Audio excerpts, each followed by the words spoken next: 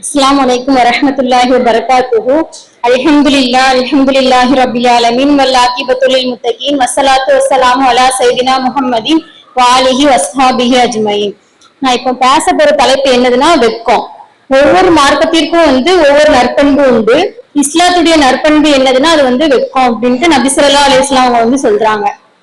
வெட்கம் இல்ல அப்படின்னா வெட்கத்தை இஸ்லாம் தன்னுடைய சொந்த நற்பண்பாகவே எடுத்து இருக்கு அப்படின்னா அந்த வெட்கம் எந்த அளவுக்கு முக்கியத்துவம் உள்ளது அப்படின்னு சொல்லிட்டு நம்ம சிந்திச்சு பார்க்கணும். நற்பண்புகளிலே மிக சிறந்தது என்ன அப்படின்னா அது வெட்கம் தான். ஒவ்வொரு தனி மனிதனுக்கும் ஒவ்வொரு குடும்பத்திற்கும் ஏன் ஒட்டுமொத்த சமூகத்துக்குமே தேவையான ஒரு நற்பண்பு அப்படின்னா அது வெட்கம் தான். ஆனா இன்றைய சமூகத்துல அந்த வெட்கம் அப்படிங்கிறது காணாமலே போயிட்டு வெட்கம் எங்க இருக்கு அப்படின்னு சொல்லிட்டு நம்ம தேட வேண்டிய நிலைமையில தான் இப்ப நம்ம இருக்கோம். இந்த சமூகத்துல நடக்கக்கூடிய அத்தனை குழப்பங்களுக்கும் அவலங்களுக்கும் மூல காரணங்களுக்கும் காரணம் என்ன அப்படின்னு பார்த்தோம்னா நம்ம கிட்ட அந்த வெட்கம் அப்படிங்கிறது இல்லாம இருக்கிறதுனாலதான். இன்றைய சமூகத்துல ஏமாற்றுதல், மோசடி, திருட்டு, விபச்சாரம், மது இது போன்ற நிறைய தீமைகள் பெருக்கெடுத்து இருக்கு அப்படின்னு அது காரணம் என்ன அப்படின்னு பார்த்தோம்னா இப்ப இருக்க சமூகத்துல உள்ளவங்க யார்கிட்டயுமே அந்த வெட்கம் அப்படிங்கிறது இல்லாம இருக்கிறதுனாலதான். வெட்கம் இல்லை அப்படின்னா அந்த சமூகமே மென்மேலும் கீழ் நோக்கிதான் போயிட்டு இருக்கும். இந்த வெட்கம் அப்படிங்கறத நம்ம ஆடையாக அணியும் போதுதான் இந்த சமூகத்துல தீய பண்புகள் இல்லாம போயிடும். சமூகமே தலை நிமிர்ந்து இருக்கும். இதுதான் உண்மை. வெட்கமும் இறை நம்பிக்கையே ஒன்றோடு ஒன்று பிணைந்தது அப்படின்னு சொல்லிட்டு நபி ஸல்லல்லாஹு அலைஹி வஸல்லம் சொல்றாங்க. வெட்கமும் இறை நம்பிக்கையும் ரெண்டு கொம்புகளை போன்று. ஒன்று உடைஞ்சிட்டுனா இன்னொன்னு தானாகவே உடைஞ்சிரும். ஒருவர்கிட்ட வெட்கம் இருக்கு அப்படின்னா அவங்க கிட்ட இறை நம்பிக்கையும் இருக்கு அப்படிங்கிறது தான் அர்த்தம். ஒரு தனி நூலாகவே தொகுக்கும் அளவுக்கு நபி ஸல்லல்லாஹு அலைஹி வஸல்லம் இந்த வெட்கத்தை பத்தி மட்டுமே சொல்லியிருக்காங்க. எடுத்துக்காட்டுக்கு சிலது என்னதுன்னா வெட்கம் என்றாலே அது நன்மைதான். இது முஸ்லீம்ல வருது. அப்புறம் வெட்கம் நன்மை தவிர வேற எதே கொண்டு வராது. இது முஸ்லீம்லயும் புகாரிலையும் வருது. வெட்கம் ஈமானின் ஒரு பகுதியாகும். ஈமான் சொர்க்கத்திற்கு அழைத்து செல்லும். வெட்கமற்ற செயல் வெறுப்பதான் தரும். வெறுப்பு அப்படிங்கிறது நம்ம நரகத்துக்கு தான் அழைத்து செல்லும். வெட்கம் தான் நமக்கு தலையாய பண்பாகவே இருக்கு. அதை நம்ம இழந்துட்டோம் அப்படின்னா இஸ்லாம் அப்படிங்கிற அந்த வட்டத்துல இருந்தே நம்ம வெளியே வரக்கூடிய அபாயம் இருக்கு அப்படிங்கிறத இப்ப பின்வரக்கூடிய நபிமொழி நமக்கு உணர்த்துகிறது. என்னதுன்னா ஒருவரை தண்டிக்கணும்னு நல்லா நாடிட்டோம் அப்படின்னா முதல்ல அவங்க கிட்ட ஃபர்ஸ்ட் வெட்கத்தை எடுத்துருவான். அந்த மனிதன் வெட்கம் இல்லை அப்படின்னா அவன் வெறுக்கத்தக்க செயல்கள் எல்லாம் செய்ய ஆரம்பிப்பான். அதுக்கப்புறம் ஒருத்தன் வெறுக்கத்தக்க செயல்களை செய்யறான் அப்படின்னா அவங்கிட்ட அமானிதத்தை பாதுகாக்கிற பண்பு இருக்காது. எவன் ஒரு அமானிதத்தை பாதுகாக்கலையோ அவன் மோசடிகளை செய்பவனாக தான் இருப்பான். யார் மோசடி செய்யறானோ அவங்கிட்ட இறைவனுடைய கருணை அப்படிங்கிறது இருக்காது. யார்கிட்ட இறைவனுடைய கருணை இல்லையோ அவன் சபிக்கப்பட்டவனாக தான் இருப்பான். இறைவனால யார் சபிக்கப்பட்டாங்களோ அவங்களுடைய கழுத்துல இருந்து இஸ்லாம் அப்படிங்கிற வளையம் கலத்தப்படுது. வெட்கத்தை இழக்கிறது காரணமாக ஒரு மனிதன் எதையெல்லாம் இழக்கிறான் அப்படிங்கிறதையும் ஒருவருடைய அழிவுக்கு முக்கிய காரணமாக இருக்கிறது இந்த வெட்கத்தை இழக்கிறதுனாலதான் அப்படிங்கிறதையும் இறுதியில அவன் இஸ்லாத்துல இருந்தே வெளியே வந்துருதான் அப்படிங்கிறதையும் இந்த நபிமொழியை நம்ம கவனிச்சு பார்த்தோம்னா நமக்கு புரியும். அப்புறம் பேச்சில் வெட்கம். ஒரு இறை நம்பிக்கையாளன் பேசினா பார்த்து பேசுவான். வெட்கமற்ற பேச்சை அவன் ஒரு நாளும் பேச மாட்டான். கெட்ட வார்த்தைகள் அவனுடைய வாயிலிருந்தே வராது. ஆனா ஒரு சிலர் பேச ஆரம்பிச்சாலே போதும் நம்ம காது கொடுத்து கேட்க முடியாது. வாயிலிருந்து வர்றது அவ்வளவு வெட்கமற்ற பேச்சாதான் இருக்கும். அந்த அளவுக்கு வாயிலிருந்து வர்றது ஃபுல்லா கெட்ட வார்த்தையாதான் இருக்கும். இஸ்லாமிய அறிஞருக்கு மத்தியில கூட இந்த வெட்கங்கெட்ட நிலை அதிகமாக பரவி வர்றதை நம்ம தொலைக்காட்சி மூலமாக பார்க்க முடியுது. ஒருவரை ஒருவர் ஏசுவது, கிண்டல் செய்வது, கேலி செய்வது, புறம் பேசுவது, இலக்கரமா பேசுவது இதெல்லாம் நபிமொழியா அப்படின்னா கிடையாது. சத்தியத்தை சொல்வதற்கு வெட்கம் எதற்கு அப்படிங்கிற சப்பக்கட்டு வரை இதற்கு ஒரு காரணமா சொல்லப்படுகிறது. வெட்கத்தை இழந்தவன் இலை இல்லாத மரம் போன்றவன். இலை இல்லாத மரம் எதுக்கு உதவும்னா நெருப்புக்கு தான் உதவும்.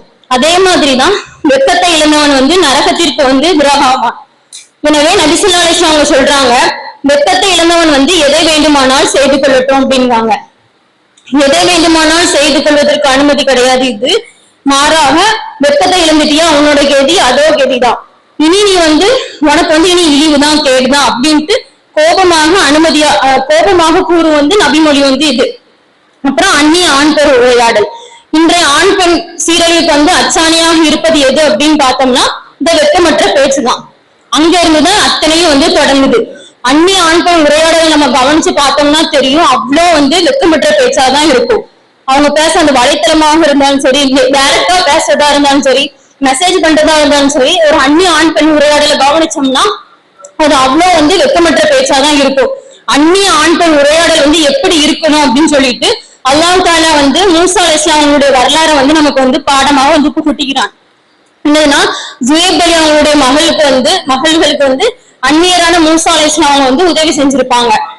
அதுக்கான கூலியை பெற்று செல்லுமாறு அவங்கள வந்து அந்த பெண்மணியை அனுப்பி மூசா அலைஹிஸ்ஸலாம் அவங்க வந்து அந்த ஜுயப் அலி வந்து அந்த பெண்மணியை அனுப்பி மூசா அலைஹிஸ்ஸலாம் அவங்களை வந்து கூட்டிட்டு வர சொல்லுவாங்க. அந்த பெண்மணி வந்து மூசா அலைஹிஸ்ஸலாம் அவங்க கிட்ட எப்படி வந்தாங்க, எந்த மாதிரி பேசிட்டாங்க அப்படின்னு சொல்லிட்டு அல்லாஹ் வந்து குர்ஆன்ல வந்து கூறுறான். என்னதுன்னா, அதாவது அந்த பெண்மணிக்கு வந்து மூசா அலைஹிஸ்ஸலாம் அவங்க வந்து உதவி செஞ்சு கொஞ்ச நேரம் கூட ஆகல. அதுக்குள்ள அந்த இரு பெண்கள்ல ஒரு பெண் வந்து நாணத்துடன் வந்து மூசா அலைஹிஸ்ஸலாம் அவங்க கிட்ட வந்து நடந்து வாரா.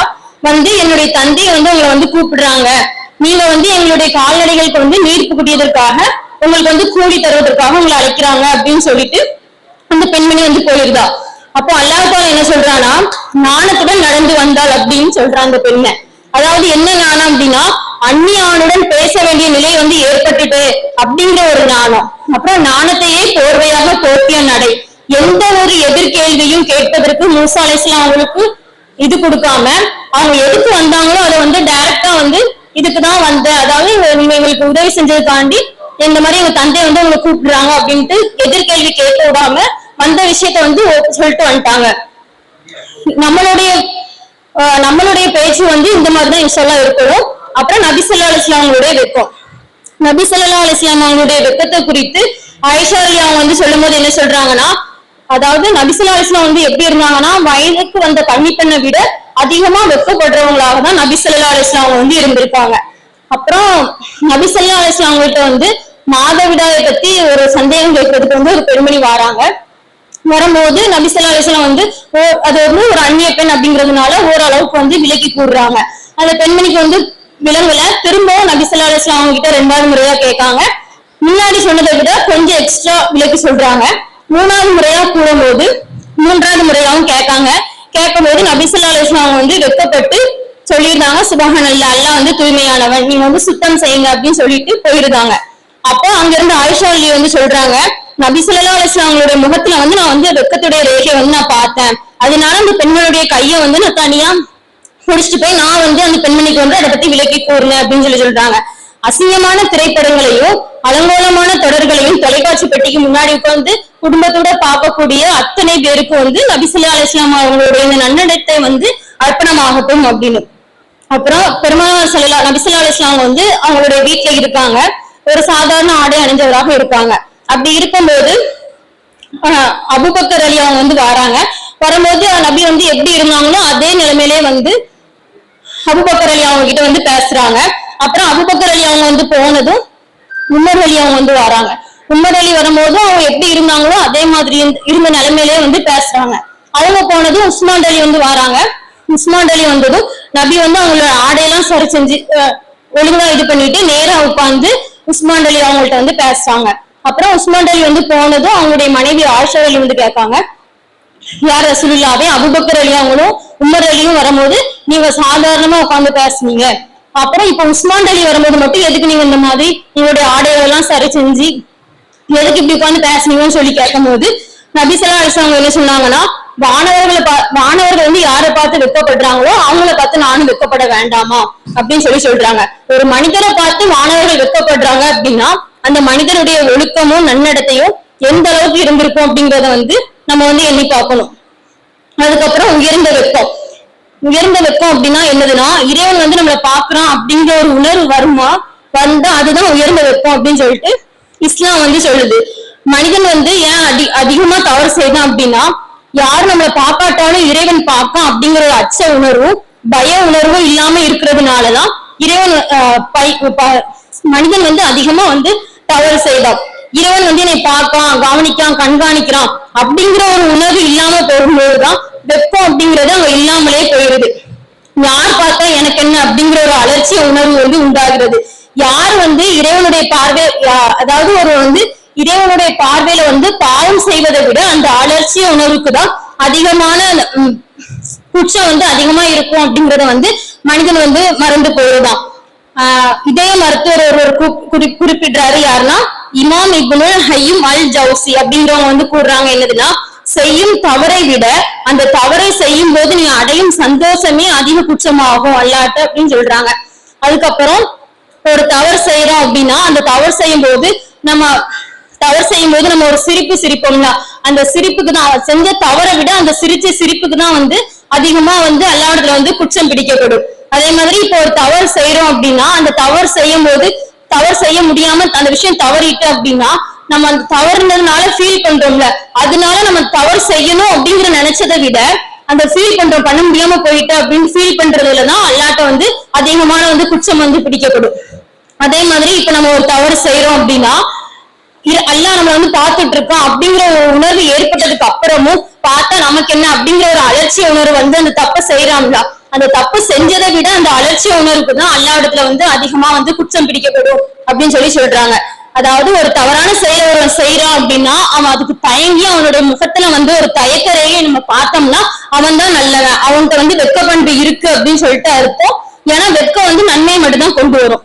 அதே நேரத்துல ஒருத்தன் வந்து ஒரு கேடுகட்ட செயலை செய்யறான் அப்படின்னா அவன் அந்த செயலை செய்வதற்கு தயங்கவே இல்லை அப்படின்னாதான் அவன் வந்து அவன்கிட்ட வந்து எந்த ஒரு நன்மையும் கிடையாது, அவன் வந்து வெக்கம் கட்ட மனிதராகவே தான் இருப்பான் அப்படிங்கறத வந்து நம்ம வந்து விலகிக் கொள்ளணும். ஆயிஷா அலி அவங்க வந்து கூறுறாங்க, வெக்கம் வந்து மனித உருவில வந்து வந்துச்சுன்னா அந்த மனிதர் தான் நல்ல மனிதன். இதே அந்த வெக்கக்கேடான செயல் வந்து மனித உருவில வந்துச்சுன்னா அவன் தான் கெட்ட மனிதராக இருக்கும் அப்படின்னு சொல்லிட்டு ஆயிஷா அலி வந்து சொல்றாங்க.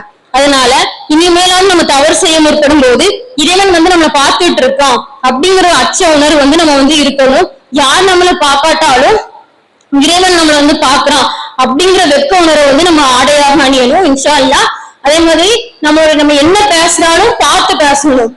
தவறான வார்த்தைகள் பேசுறதோ அதே மாதிரி புறம் பேசுறதோ இந்த மாதிரி வெட்கப்பட்ட எந்த பேச்சையுமே நம்ம பேசக்கூடாது. அதனால நல்ல விஷயத்தை பேசணும் இன்ஷா அல்லாஹ். வல்ல ரஹ்மான் உங்களுக்கும் எனக்கும் தௌஃபீக் செய்வானாக.